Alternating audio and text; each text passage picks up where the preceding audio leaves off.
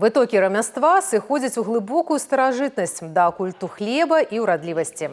Салома выкарыстоўвалася ў гаспадарцы для розных мэтаў. Ёю слалі жывёле, рабілі ложак, уцяплялі дахі дамоў.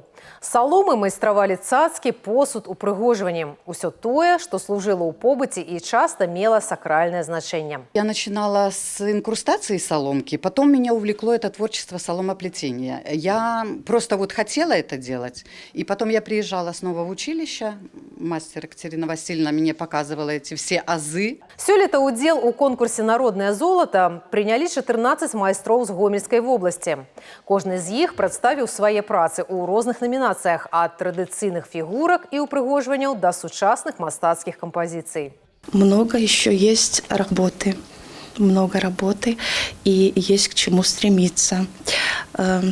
Благодарим организаторов конкурса, что это уже стало доброй традицией проводить такие пленеры. Это, конечно, способствует самоорганизации, выработке каких-то приемов. Мастера учатся между собой, общаются. Традыцыі саломапляцення захоўваюцца ў Беларусі па гэты дзень. Дэкаратыўныя вырабы з саломы можна набыць на кірмашах, выставах, у сувенірных крамах і буйных крамах краіны. Акрамя гэтага, рэгулярна праводзяцца выставы, арганізуюцца майстар-класы, працуюць навучальныя гурткі па саломапляценні.